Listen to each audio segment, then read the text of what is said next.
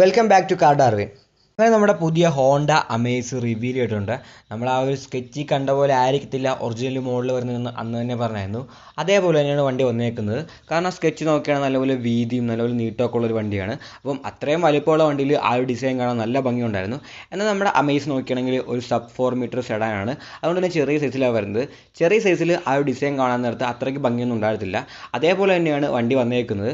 നമ്മൾ ആ ഒരു ഫോട്ടോയിൽ കണ്ട വണ്ടിയല്ല ഇപ്പോൾ കാണുന്നത്. ഇപ്പം വണ്ടിയുടെ ഡിസൈൻ വലിയ കുഴപ്പമൊന്നുമില്ല, എങ്കിലും നമ്മൾ എക്സ്പെക്ട് ചെയ്യാത്ത വണ്ടിയുടെ ഡിസൈനും കാര്യങ്ങളൊന്നും വന്നിട്ടില്ല.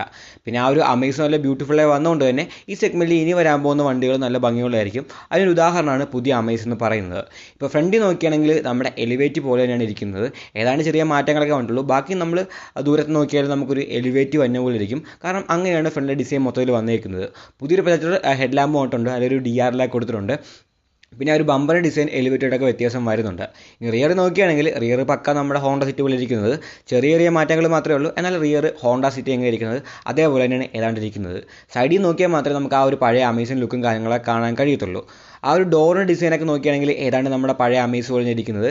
പിന്നെ വീല് നോക്കിയാലും 15 ഇഞ്ചാണ് വരുന്നത്. അത് നമ്മുടെ പഴയ അമേസ് പോലെ തന്നെയാണ്.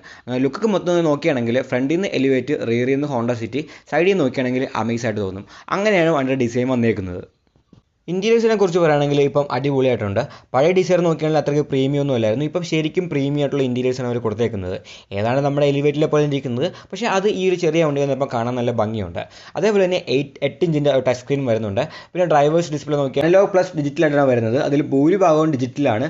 അനലോഗിൻ്റെ ആ സൂചി മാത്രമേ അവർ മെയിനായിട്ട് കൊടുത്തിട്ടുള്ളൂ. പിന്നെ വണ്ടിയിൽ ഒരുപാട് ഫീച്ചേഴ്സ് അവർ കൊടുത്തിട്ടുണ്ട്.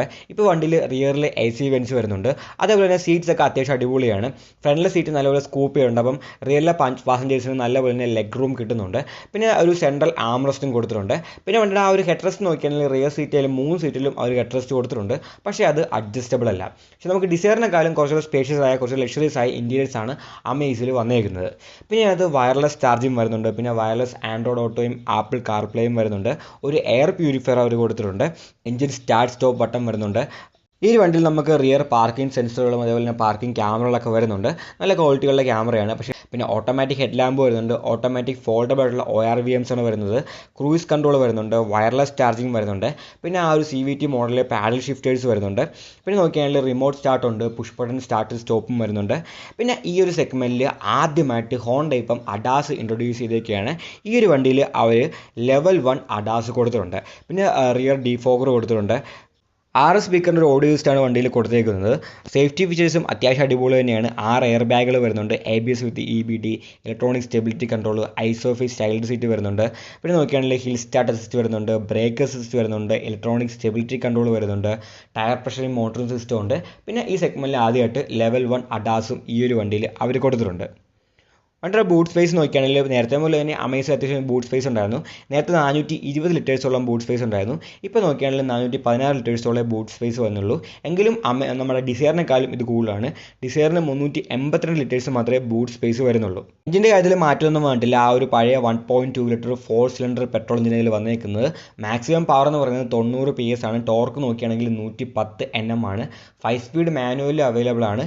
7 സ്പീഡ് CVT ഗിയർ ബോക്സിൽ അവൈലബിൾ ആണ്. അതിൽ അവർ പാഡൽ ഷിഫ്റ്റും കൊടുത്തിട്ടുണ്ട്. പക്ഷേ ഡിസൈറിനെക്കാളും ഇത് നല്ലപോലെ പവർ കൂടുതലാണ്. ഡിസൈറിന് ചെന്ന് നോക്കുകയാണെങ്കിൽ 1.2 ലിറ്റർ 3 സിലിണ്ടർ ആയിരുന്നുള്ളൂ. മറ്റേത് 4 സിലിണ്ടറാണ്. എന്നാൽ ഡിസൈർ 3 സിലിണ്ടറാണ്. ഡിസൈറിന് 81 HP മാത്രമേ പവർ വരുന്നുള്ളൂ. അമേസ് നോക്കുകയാണെങ്കിൽ 90 HP പവർ വരുന്നുണ്ട്. പിന്നെ ചില കാര്യത്തിൽ ഡിസൈറിനും പ്ലസ് പോയിൻ്റ് ഉണ്ട്. അതായത് ഡിസൈർ നോക്കുകയാണെങ്കിൽ ഒരു 9 ഇഞ്ച് ടച്ച് സ്ക്രീൻ വരുന്നുണ്ട്. അതേപോലെ തന്നെ ഡിസൈറിൽ 360 ഡിഗ്രി ക്യാമറ വരുന്നുണ്ട്. ഇതിൽ റിയർ ക്യാമറ മാത്രമേ വരുന്നുള്ളൂ. പിന്നെ ഡിസൈറിൽ സൺറൂഫ് വരുന്നുണ്ട്. അമേസിൽ സൺറൂഫ് വരുന്നില്ല. പിന്നെ അഡ്ജസ്റ്റബിൾ ആയിട്ടുള്ള ആ ഒരു ഹെഡ് റെസ്റ്റ് ഒക്കെയാണ് റിയർ സീറ്റിൽ ഡിസൈറിന് കൊടുത്തേക്കുന്നത്.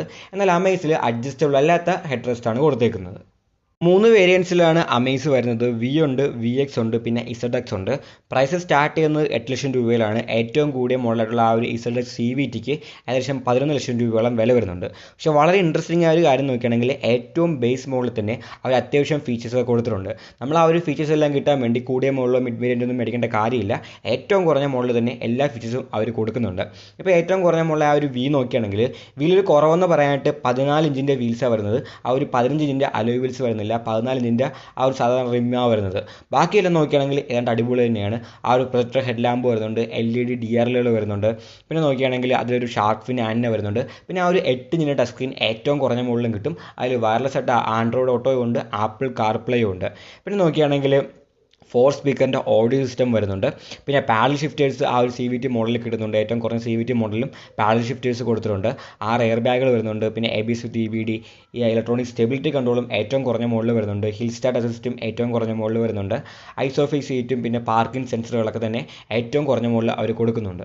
സോ അങ്ങനെ ഡിസൈർ തുറക്കം കൊടുത്തുകൊണ്ട് വീണ്ടും ആ ഒരു സബ് 4 മീറ്റർ സെഡാനുകളുടെ കാലം ഇന്ത്യ തുടങ്ങാൻ പോകുമായിരിക്കും. ഇനിയും ഒരു പക്ഷേ നല്ല നല്ല സെഡാനുകൾ നമുക്ക് കാണാൻ കഴിയും. ഈ വീഡിയോ ഇഷ്ടപ്പെട്ടെങ്കിൽ ലൈക്ക് ചെയ്യുക, നിങ്ങളുടെ അഭിപ്രായങ്ങൾ കമൻറ്റുകളായി രേഖപ്പെടുത്തുക. ഇനി ഇതേപോലത്തെ വീഡിയോയിൽ കാണാൻ ദയവായി ചാനൽ സബ്സ്ക്രൈബ് ചെയ്യുക, ആ ബെല്ലൈക്കൻ കൂടെ എനേബിൾ ചെയ്യുക. പുതിയൊരു വീഡിയോയുമായി ഉടനെ കാണാം.